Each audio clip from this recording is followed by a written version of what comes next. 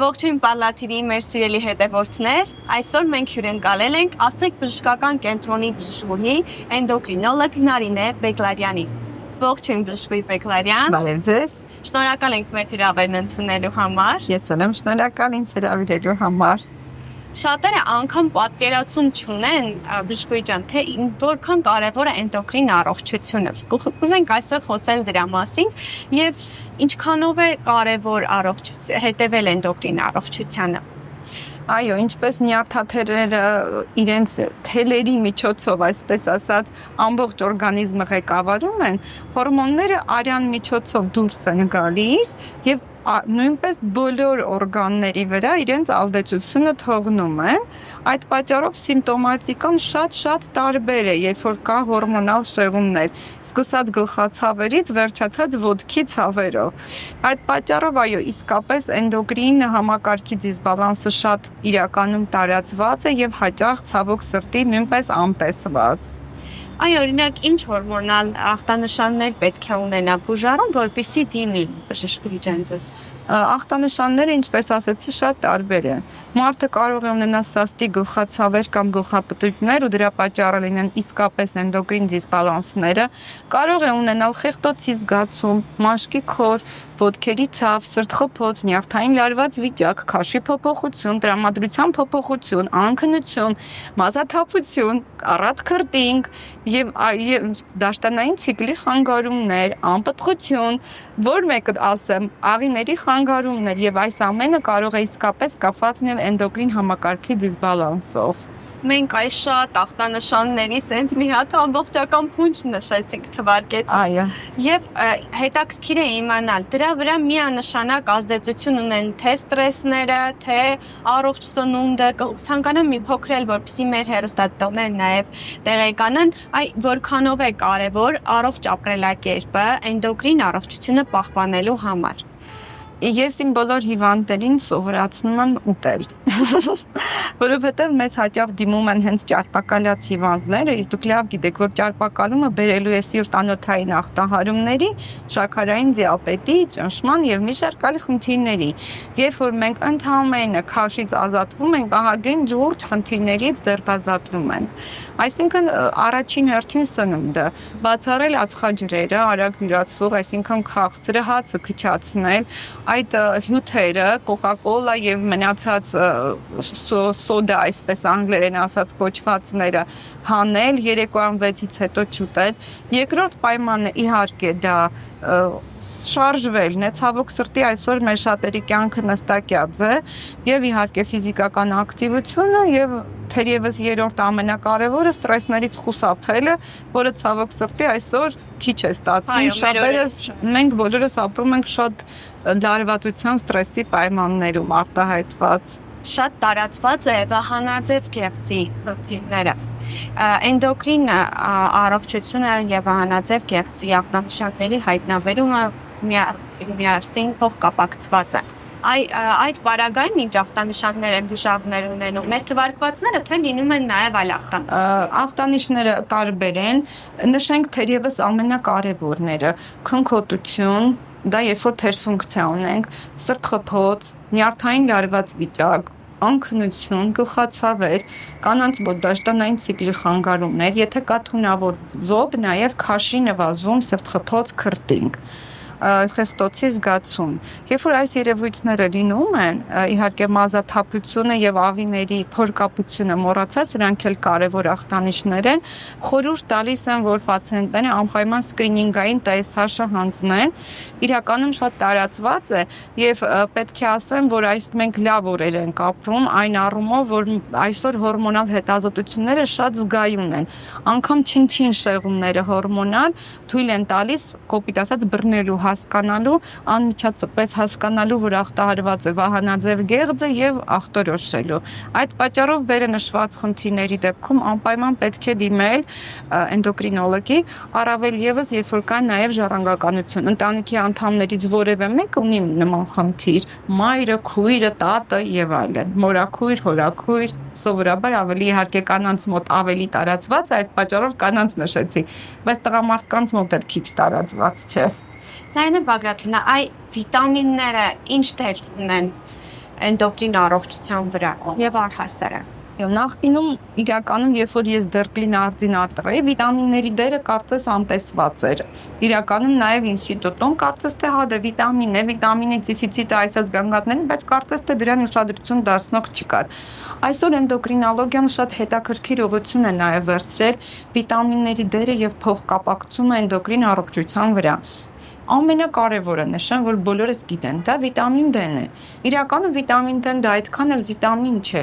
այն նաև հորմոն է։ Կալցիումի նյութափոխանակությունը կարգավորող հորմոն։ Ընդամենը վիտամին D-ի պակասը բերում է հարվահանաձև գեղձերի, բացի վահանաձև գեղձերից, մենք չգիտեմ, հեռուստադիտողը գիտի թե չէ, ունենք 4 փոքրիկ գեղձեր, այսպես ոսպի չափ, որոնք վահանաձև գեղձի կողքն են գտնվում։ Այդ գեղձերի ախտահարմանը եւ վիտամին D-ի պակասը կարող է անգամ այդ գեղձերին ուռուցք առաջացնել հարվահանաձև գեղձի գերաճ, տանելով անգամ վիրահատության եւ առաջացնելով երկրորդային հիպերպարաթիրեոզ,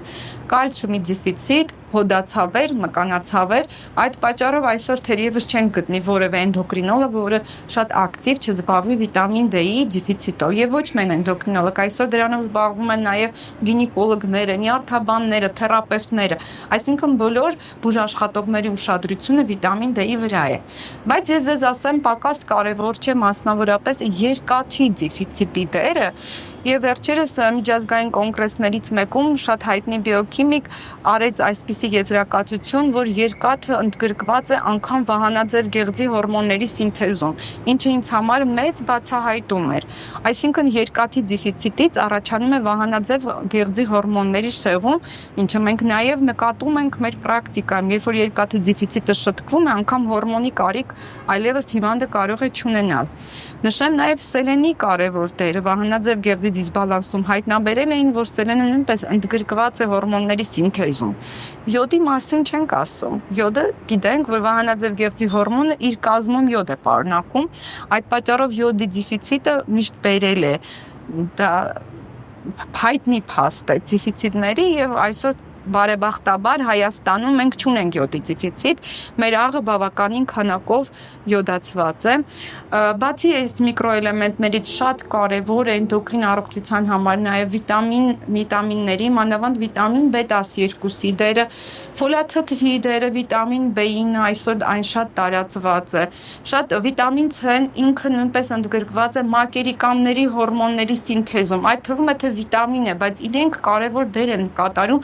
հորմոնալ սինթեզում։ Իսկ վիտամին C-ի դեֆիցիտը անալիզներով չի երևում։ Դա ուղղակի մենք սիմպտոմներով տեսնում եւ հատկապես ձմռան ամիսներին լրացնում ենք։ Մագնեզիումի դեֆիցիտը, կալցիումի, դրանք արդեն միկրոէլեմենտներ են, չեմ ուզում շատ ծավալվեմ, հեռուստադիտողի համար ծանծրալի չի թվում։ Այս բոլոր միկրոէլեմենտների դեֆիցիտը ժամանակի ընթացքում կարող է բերել հորմոնների սինթեզի խանգարման եւ լուրջ էնդոկրին պաթոլոգիայի առաջացմանը։ Բժշկի Բեկներյան, ձեր բոլոր ախտանշանները, որոնք որ նշեցինք, թվարկեցինք եւ հատկապես վիտամինների մասով մեր հեռուստադիտողներին կարծում եմ շատ հետաքրքիր է, որովհետեւ հետեւել առողջությանը եւ գնալ բժշկի մոտ այսօր ժամանակով պայմանավորված շատերը չեն կարողանում, բայց վստահ եմ, որ մեր հաղորդման այս փոքրիկ հատվածը կօգնի մեր հեռուստադիտողներին կողմնորոշվելու, գուցե նաեւ ինքնահետազոտման փոքրիկ այսպիսի թեստ անցկացնելու, թե ունեն արդյոք իրենք նշված ախտանշանները, թե ոչ։ Եվ մի հետաքրքիր հարց էի ուզում ուղղել, կարծում եմ դա էլ է շատ հետաքրքրում մեր հեռուստադիտողին, դա ինչով է պայմանավորված, որ հիմնականում վահանաձև գեղձի խնդիրները հանդիպում են կանանց մոտ։ Դժվար հարց տվեցիք իրականում, բայց երևի թե ինչ-որ գենետիկ նախատրամադրվածում, երևի կանանց գեները ավելի շատ նախատրամադրող են։ Միգուցե կանայք ավելի շատ են հետազոտվում, որտեղ իրականում ես ունեմ նաև շատ տղամարդ հիվանդներ, պացիենտներ, բայց այո, իրականում կանանց մոտ մի փոքր ավելի շատ են, երևի կին լինելու հանգամանքն է հենց գենետիկ։ Բժշկուի նաև կանանց մոտ շատ տարածված է երկաթի դեֆիցիտը, կցանկանամ դրա մասին էլ խոսեմ։ Այո, իրականում դա շատ տարածված երևույթ է, դե գիտեք, կանանց մոտ լինում են գաշտանային ցիկլեր, ամեն ամիս երկաթի կորուստ, եւ շատ հաճախ երբ որ պացիենտը դիմում է գանգատներով, հոգնածություն, գլխացավ, գլխապտույտ, տեսնում ենք, չէ, վահանաձև գեղձը նորմալ է եւ հետազոտելով արյան մեջ երկաթի մակարդակը տեսնում ենք, որ այո, կա երկաթի դեֆիցիտ, հավելված նաեւ որ կան այսպիսի այդպիսի կանայք, որոնք միշտ չեն օգտագործում, չգիտես թե ինչի, բայց հիմնական պաշարը երկաթի մսի մեջ է։ Այդ պատճառով դրան նույնպես կուզեմ մեր հեռուստադիտողը ուշադրություն դարձնի, հատկապես եթե միս քիչ են ուտում, անալիզներ հանձնեն եւ հավելումներ ընդունեն։ Հիշում եք, մի ժամանակ ուզում էին հացը հարստացնեն ֆոլաթթվով, երկաթով, մարդիկ դրան ընդդիմացան, բայց իրականում հետազոտություն են արել եւ տեսել էին, թե ինչքան է ժողովրդի մոտ մանավանդ նույն ես արդեն իմ պրակտիկայում տեսնում եմ մեր հայ պացիենտների մոտ տարածված թե ֆոլաթթվի, թե երկաթի դեֆիցիտը։ Այդ պատճառով եթե հացը մենք չկարողացան համապատասխան մարմինները հարստացնեն հավելումներով, ես խորհուրդ եմ տալի պացիենտները իրենք հետազոտվեն եւ միգուցե ունենան դրա պակասը եւ դա լրացնեն։ Եվ արդյոք օրինակ հորմոնալ թերապիան վտանգավոր է, որովհետև կարծրատիպ է տարածված հասարակության մեջ, որ եթե հորմոնալ թերապիայի գուցե ինչ-որ վտանգներ ունենա։ Հա, շատ լավ հարց էր իրականում։ Ուրեմն մենք ունենք հորմոնալ թերապիայի երկու տեսակ հիմնական։ Առաջինը դա փոխարինող է, այսինքն երբ որ գեղձը ուղղակի չի աշխատում եւ չի արտադրում հորմոն, այդ դեպքում մենք ուղղակի ընտրություն չունենք, մենք տալիս ենք դրսից հորմոնը, որպեսզի բավարար մակարդակով լինի արյան մեջ եւ կենսագործունեությունը կարգավորի։ Այդ դեպքում ոչ թե վտանգավոր, այլ առանց դրա է վտանգավոր, անհրաժեշտություն է, մասնավորապես խոսքը վերաբերվում է վահանաձև գեղձի հորմոնի փոխարինմանը, էուտերոքսելտիրաքսին բուժմանը։ Իհարկե նախկիներում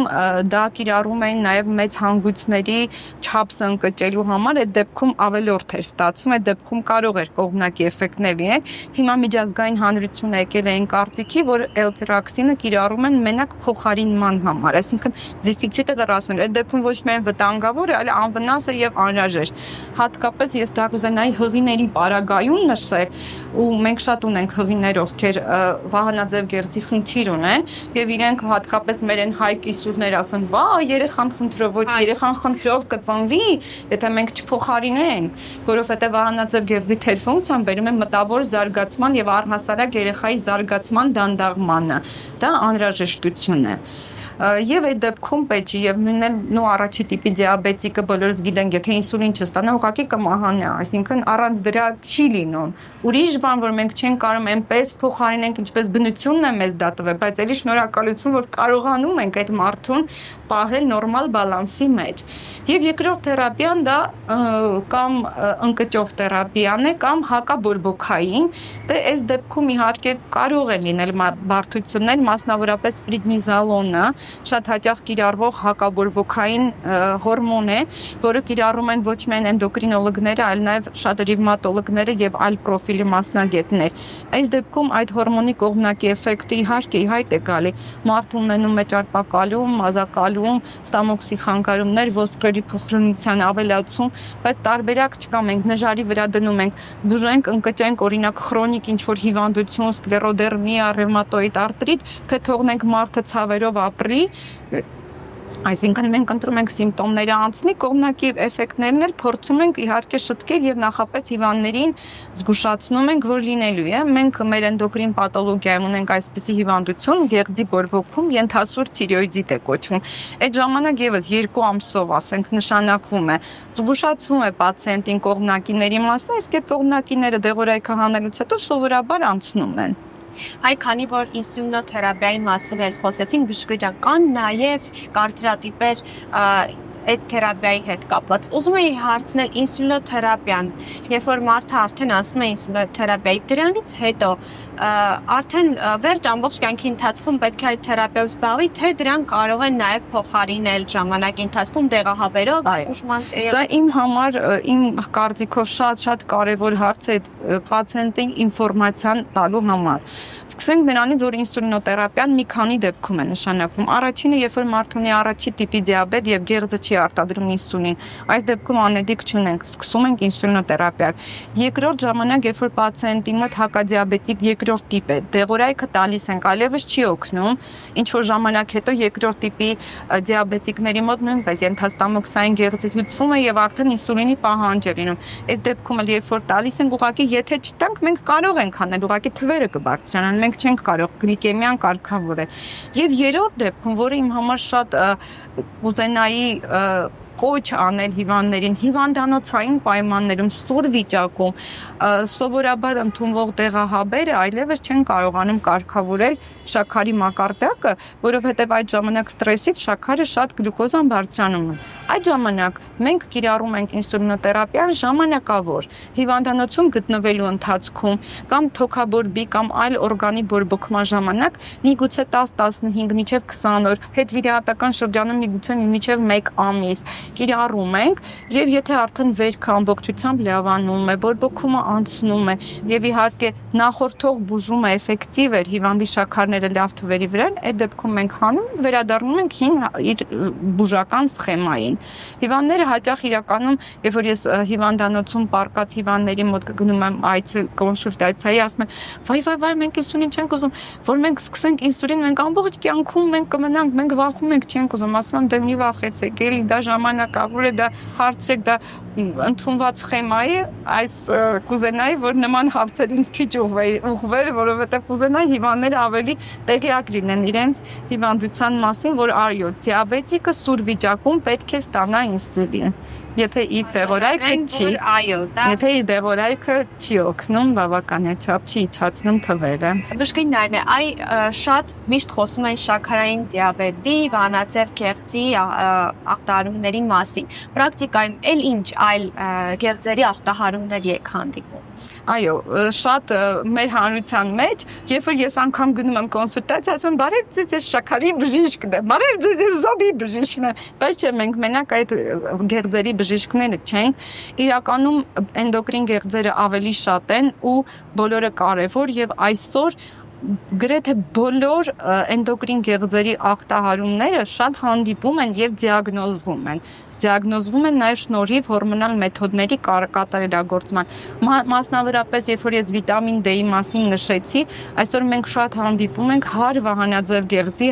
ախտահարումները, թե գերֆունկցիաները, որոնք կարող են լինել, նշեցի, վիտամին D-ի դեֆիցիտից, կարող են լինել առաջնային գեղձի մեծացում։ Շատ հաճախ նման գեղձի գերֆունկցիա լինում է նաև դիալիզ ստացող պացիենտների մեջ, որոնք քրոնիկ կալցիումը դուրս է գալիս եւ հարվահանաձև գեղձերը մեծանում են։ Այսօր շատ դա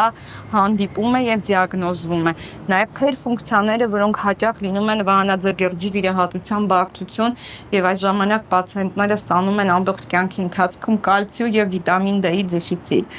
Մեր կլինիկայում կա նեյրովիրաբուժական բաժանում եւ հետեւաբար ոչ միայն ես, այլ նաեւ բոլոր էնդոկրինոլոգները այսօր շատ դիագնոզում են հիպոֆիզի խնդիրներ, հիպոֆիզի ադենոմաներ, իսկ հիպոֆիզը դա եւ պրոլակտինի արտադրության եւ սեռական հորմոնների կարգավորման եւ մակերի կամների, այսպես ասած, դիրիժորն է եւ հիպոֆիզի թե վիրահատություններն են այսօր ավելի հաճախ ենք դիագնոզում հետվիրահատական թերֆունկցիան գեղձի, որ փոխարինող թերապիա է նշանակում, շատ հաճախ դիտվում են հիպերպրոլակտինեմիաները, այսինքն պրոլակտինի ավելացումները, որոնք իրենք կարող են բերել եւ անպտղության եւ ցիկլի խանգարումների, դրանով իհարկե նաեւ գինեկոլոգներն են զբաղվում, բայց իհարկե դա հիմնականում էնդոկրինոլոգիական խնդիրներ են։ Մակերի կամների ախտահարումներ նույնպես այսօր ավելի շատ դիագնոզվում է թե ֆեոխրոմացիտոմաներ, երբ որ ճնշում են ունենում պացիենտները, թե ուռուցքներ, թե մազակալումներ մակերի կամային ծագման, ու ձվարանների խնդիրներն էլ արդեն իհարկե գինեկոլոգները ասածս այն է, որ երբ որ պացիենտը գալիս է, օրինակ շատ հաճախ գալիս է վահանաձև գեղձը հետազոտվելու, բայց պարզվում է ունի հարվահանաձև գեղձի խնդիր, պրոլակտինի ավելցուկ կամ հիպոֆիզի խնդիր, հա, այդ պատճառով ես կուզենայի ախտանշանները նույնն են։ Այո, ախտանշանները չէ, իհարկե մի քիչ տարբեր են։ Օրինակ, երբ որ ունենք հարվահանաձև գեղձի թերֆունկցիա, հիվանդները նշում են մկանային ձգվածություն, այսպիսի դիրքն է շատ բնորոշ, այդ դող, քրտինք արտահայտված։ Ես օրինակ վերջերս ունեցա պացիենտ, ով մտավ ինձ մոտ եւ ես անմիջապես ուշադրություն դարձրեցի, որ ինքը մատները այսպես ձգում է ու հասկացա, որ այստեղ մենք ունենք կալցիումի դեֆիցիտ։ Եվ իհարկե հարվահանաձև գեղձը դեռ չէր ախտահարվել, բայց ախտահայտված վիտամին D-ի եւ կալցիումի դեֆիցիտ կա։ Այդ պատճառով ես ուղղակի կուզեմ, որ մեր հեռուստադիտողը իմանա, որ էնդոկրինոլոգիան դա միայն վահանաձև գեղձ եւ շաքարային դիաբետ չէ։ Դա շատ ավելի լայն գիտություն է, ավելի շատ ոլորտներ է ընդգրկում։ Ես հաճախ ասում եմ, մենք մի քիչ սրտաբան ենք, մի քիչ նյարդաբան ենք, մի քիչ, չգիտեմ, գինեկոլոգ ենք, որովհետեւ նույնպես դաշտանային ցիկլի խանգարումներն էլ շատ հաճախ էնդոկրին դիսֆունկցիաներից են էլի լինում։ ստացվում։ Այդ պատճառով կուզենայի ավելի տեղեկանալ մեր հեռուստադիտողը, որ այս ամենը Շնորհակալ ենք այսքան շատ տեղեկատվություն մեր հեռուստադիտողին փոխանցելու համար։ Ես վստահ եմ նրանք նաև մեկնաբանություններում կգնահատեն ձեր փոխանցած տեղեկատվությունը մեզ։ Բժշկուհի Բեգլարյան, նաև ուզում էի 3 սովորություն ասեիք, որոնք որ մտցնելով մեր առօրյա կյանք կկարողանայինք մեր էնդոկրին առողջությունը ավելի բալանսավորել։ Առողջ քուն, ընդ որում քունը պետք է լինի մինչև ժամը 11-ը, առողջ սնունդ, ես նշեցի հաղորդման սկզբում, ինչ պետք է դա լինի, ֆիզիկական ակտիվություն եւ լավ տրամադրություն։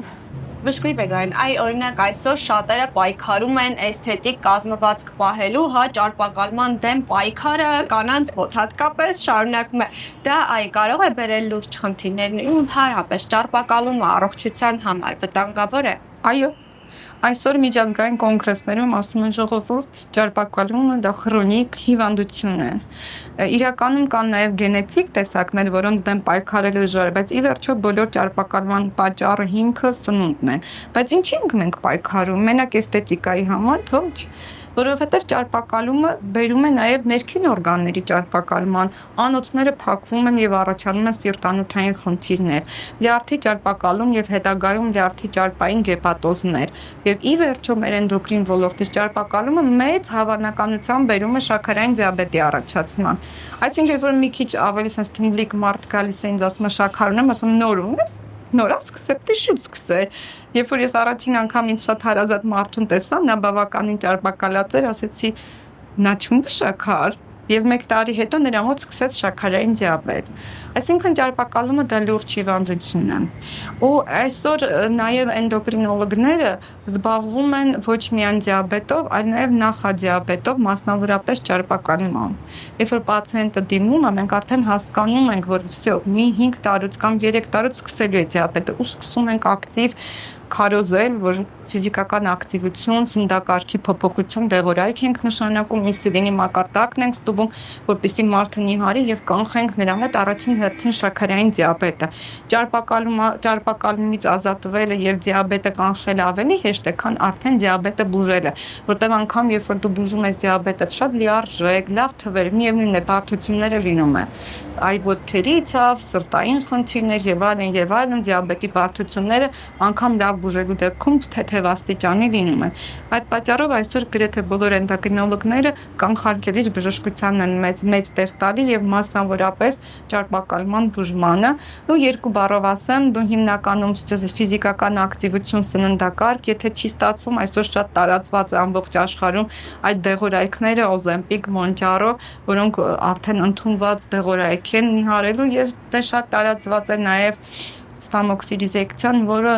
կրիտիկական դեպքերում այո իհարկե ավելի լավ է ռիզեկցիա անել, քաշը գցել, քան հետագայում սրտային խնդիրներով, լյարդային եւ շաքարային դիաբետով հայտնվես բժշկի սենյակում։ Այո, սիրելի կանայք, գծենք, որ ճարպակալման դեմ պայքարը ոչ միայն էսթետիկա է, այլ նաեւ առողջություն, հետևեք ձեր առողջությանը։ Շնորհակալ ենք Տիկին Բեգլարյան մեզ այսքան տեղեկատվություն փոխանցելու, մեր հեռուստադիտողին հուզող բոլոր հարցերին վստահաբար ասեմ, որ պատասխանելու համար։ Շնորհակալ ենք շատ։ Շատ շնորհակալ եմ գեղեցիկ հաղորդման համար։ Շնորհակալություն։